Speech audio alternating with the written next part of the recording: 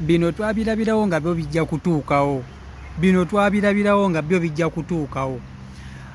NUP erangiridde Nalukoola okuba nti yagenda okubakwatira bendera mu kalulu ka Kawempe North akagenda okuba nti kayindayinda omwaka ogujja.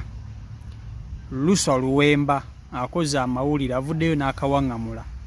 Lusa Luwemba agenda kwegatta ku mpuuga basobola okuba nti bavuganya Nalukoola. Lusa Luwemba ye ebivudde mu kaadi ebyokugaba kaadi takkiriziganyizza nabyo. Ye agamba nti agenda kuvaayo yeesimbewo ku bwa independent. Naye omuntu agenda okuba nti atamuli emabega oba omukono ogumuli emabega ogumuvujjirira ssente mu kalulu kano agenda kuba Mpuuga Mathias. Ge mawulire agaliwo. So njagala nkutuuseeko akatambi kano okeewulireko. Bino si bigambo byange. Bino si bigambo byange. Njagala owulirize bulungi nnyo ebigambo bino. Naye nkusaba vidiyo eno ogimpere like, information eno esobola okuba nti etambula ku speed eya waggulu etuuke ku buli muntu. Naye nga ye Lusa Luwemba abantu abasinga baamulabirawo. Oba oliawo zimu ku nsonga ezimuleetedde okuba nti ate amibwa kaadi nga kigambibwa nti alimu omukono gwa Mpuuga. Naye olunaku olwaleero amawulire gano gakakasiddwa oluvannyuma Nalukoola okuba nti bamuwadde kaadi. Lusa Luwemba kikakasiddwa okuba nti agenda kwesimbawo ku ba independent. Jjukira NUP yagamba nti memba omu bw'ayitawo ggwe ng'okyali mu kibiina kya NUP tokkirizibwa kuvaayo kwesimbawo nga independent kubanga oba otta obululu bw'ekibiina. Wabula Lusa Luwemba akawaŋŋamudde agamba nti ye agenda kujja kuba independent era ng'agenda kuba nti ate asindikibwa omukulu amanyiddwa nga Mathias Mpuuga. Kankutuuseko vidiyo eno naye nkusaba vidiyo eno gimpe like, information eno esobola okuba nti etambula ku speed eya waggulu. Akatambikaako wako mbategeeze nti waliwo abantu basatu bo nga tebagenda kukkiriza bivudde mu kusunsulwamu nga bano abali emabega ye Mathias Mpuuga Nsamba ne gurupu ye. Era ng'olunaku lwajjo akawungeezi basinkanyeeko ku Jenina Enansana ne bakkiriziganya nti ne baba tebabawadde kaadi bajje bannamunigina nga bagenda bateekamu ssente.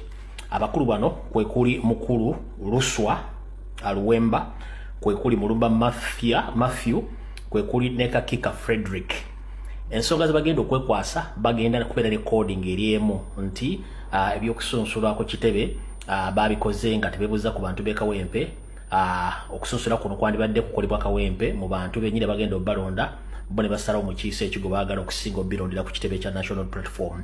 So kati mwenna mbategeeza bannayuganda mbeere nga muli awo yanti abantu bano abasatu bagenda kujja bwannamunigina nga Mathias Mpuuga Nsamba n'ekibiina kyabwe ekya Democratic Alliance n'ekitongole kya Chieftains of Military Intelligence n'aba ISO bye basindikiriza okuba nti bakola ebintu bino.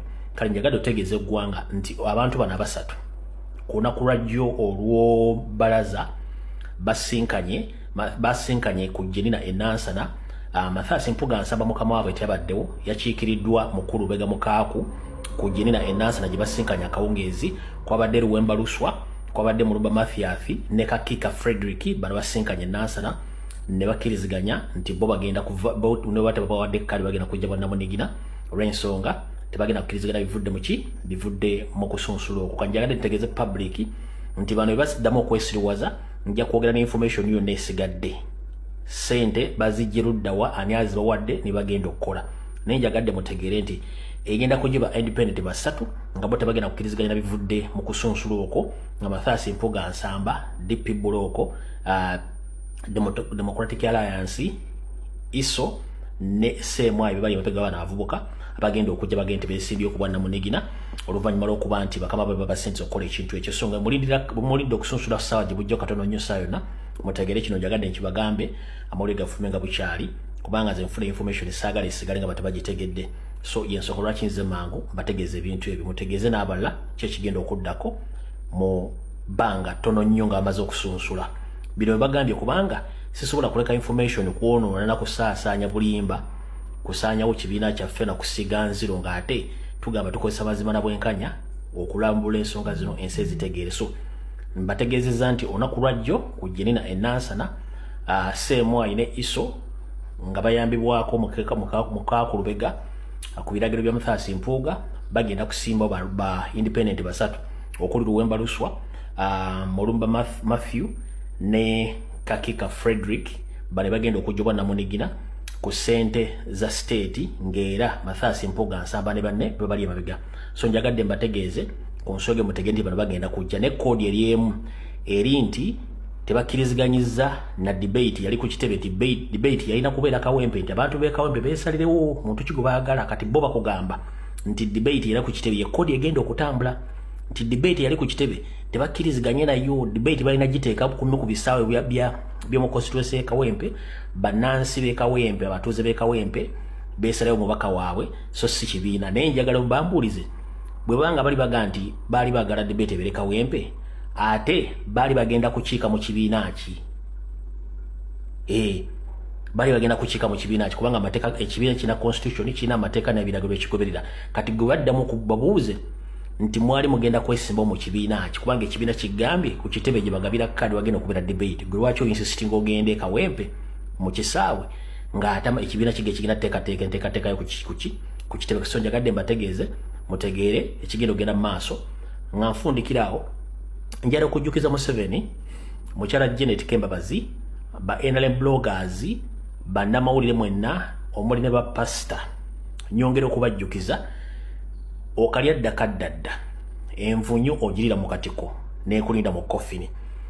Twagala okumanya ssente z'omuwoomusolo ez'Abamerika ze mbadde musaasaanya okumala emyaka gye tumanyi bungi nga mutambuza enkola y'okuvuga empanka mu Uganda ng'ate mugisiba ku bantu abatakozesa luguudo lwa Bbina Mutungo. Bannayuganda abasinga obungi bali ku luguudo lwa Nabunnya Road olw'Erubaga. So kati mwabe Nakawa okuli Museveni, Janet, Muhoozi, mwenna famire yammwe abadde bakozesa oluguudo lwa Bbina Mutungo ku kyalo Kataka Zone, twagala okutunnyonnyola ensaasanya ssente z'omuwoomusolo za Amerika mubadde muzikola mu ki. Era njalo